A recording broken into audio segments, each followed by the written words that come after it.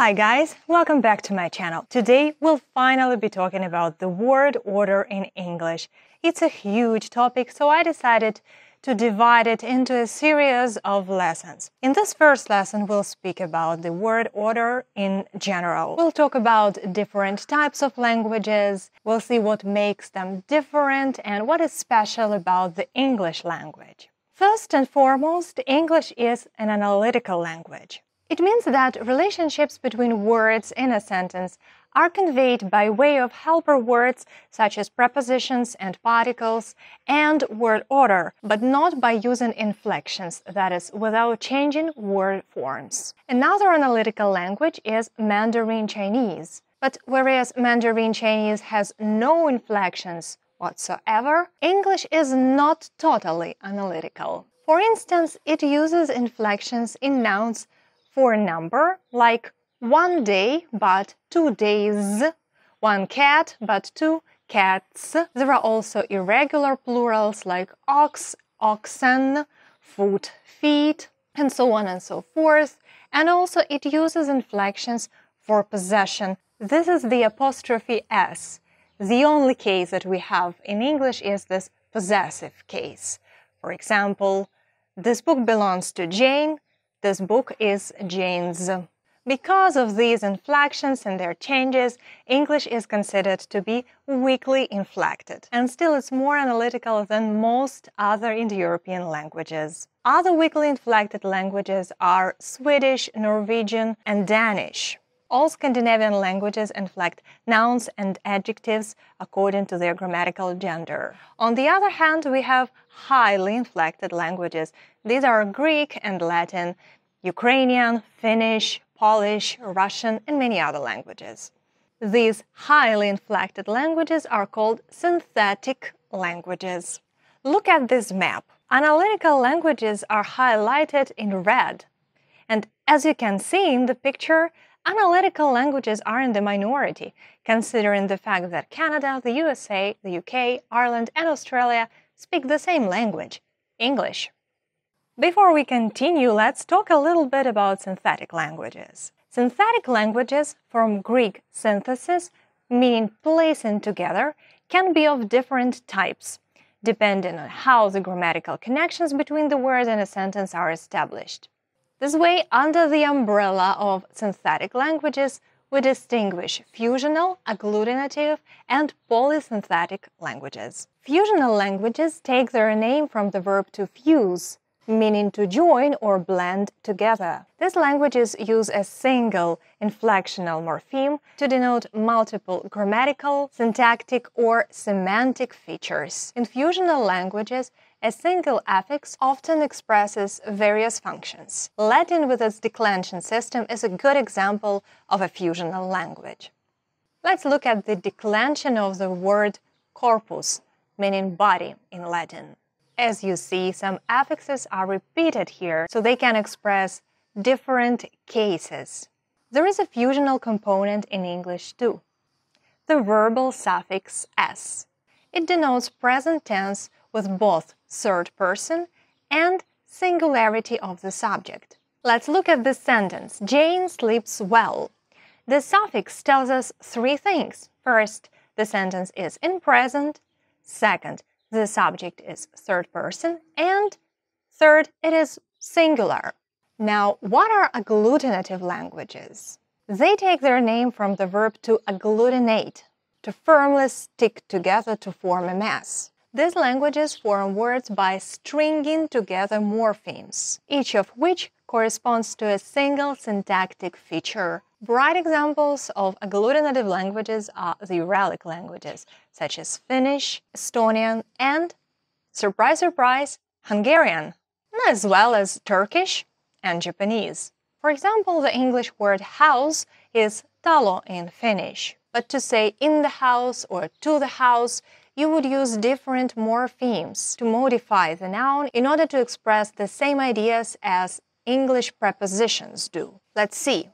From a house, talo sta, with my house, talo in the house, talo sa, in my houses, talo is sunny.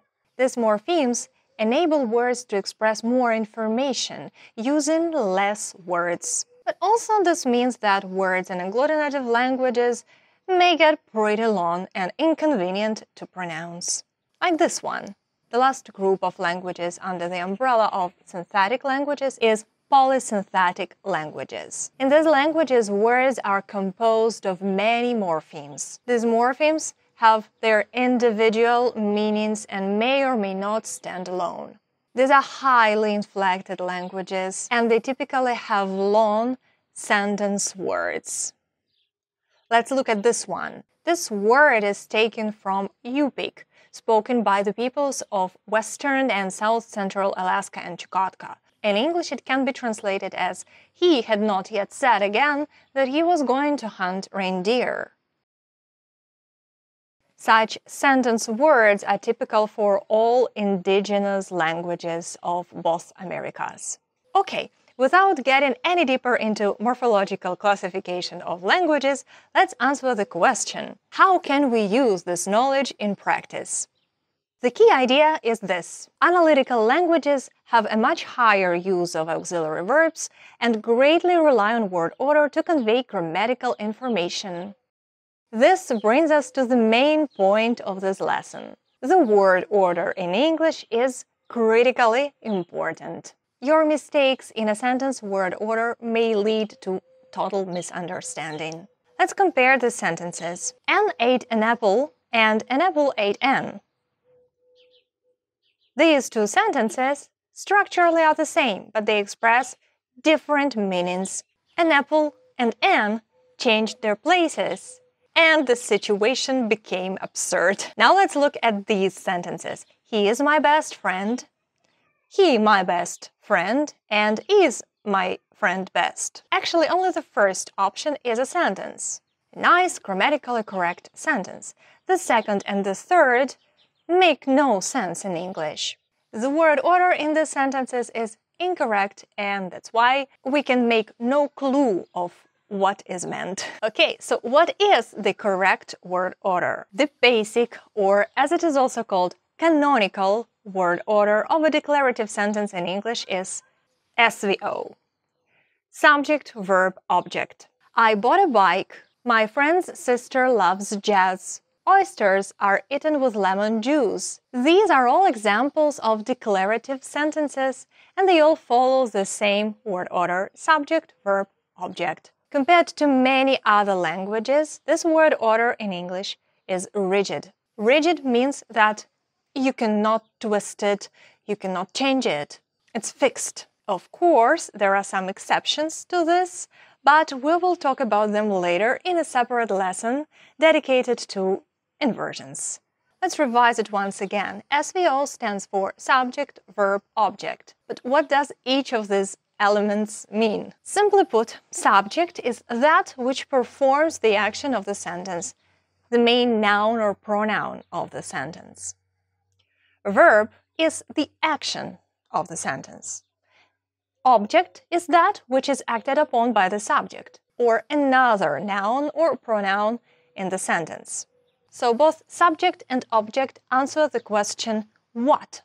But subject is the main noun, whereas object is a secondary noun or another noun in a sentence. Look at this example. John bought a bike.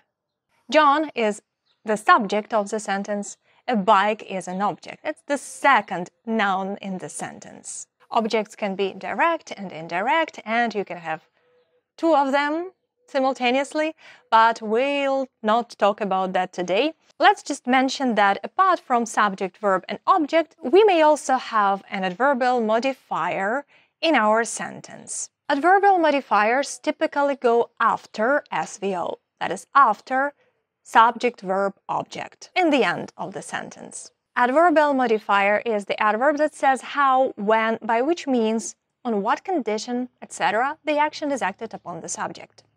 So, subjects answer the questions what and who. Verbs answer the question does what. Object answers the questions to or with what or whom. And adverbial modifier answers various questions like how, when, how often, where, by what means, and so on and so forth. Francesco learns new English words every day. Who? Francesco does what? Learns what? New English words. How often? Every day. So Francesco is the subject of the sentence, learns is the verb, new English words is the object, and every day is an adverbial modifier. Subject-verb-object is very logical. First of all, from the communicative point of view, because it is listener-oriented. I like what Anna Severska, a leading specialist in language typology, once said. The speaker or writer who has new information to communicate considers more important the fact that the message is clear to the hearer than his or her necessity to communicate. Let's just compare SVO to some other word orders. For example, the word order that we typically have in German sentences. The word order in German can be a little flexible, and you may have some freedom when building your sentences, because this way or another is a synthetic language, not an analytical one like English. The basic word order of German is not SVO, but SOV. So the verb takes the last place in the sentence. That's why you have to be a patient listener if you want to get the message, as you'll only fully understand what is being said when the whole sentence has been voiced. Consider these German sentences and their English equivalents. Ich werde morgen eine Klasse in der Schule besuchen. I'm going to attend a class at school tomorrow. Ich werde morgen eine Klasse in der Schule besuchen nicht. I'm not going to attend a class at school tomorrow. So only having listened the sentence till the end, you'll get what the speaker actually wanted to say. Because such important part of information as the action is placed at the end of the whole sentence. Before we proceed, let's talk about 5 types of sentences in English. In English, we have declarative sentences or statements. For instance, my neighbor has a husky. Interrogative sentences or questions. What car do you have? Imperative sentences or commands. Come in. Exclamatory sentences or exclamations. What a wonderful surprise! And optative sentences or wishes. Happy birthday, for instance. Sentences of these 5 types may belong to different moods, so don't be confused by their names. Okay, that's all that we have to discuss today. I'll continue about the word order in English, in particular in declarative sentences, in my next lesson. So please subscribe to this channel in order not to miss it. See you!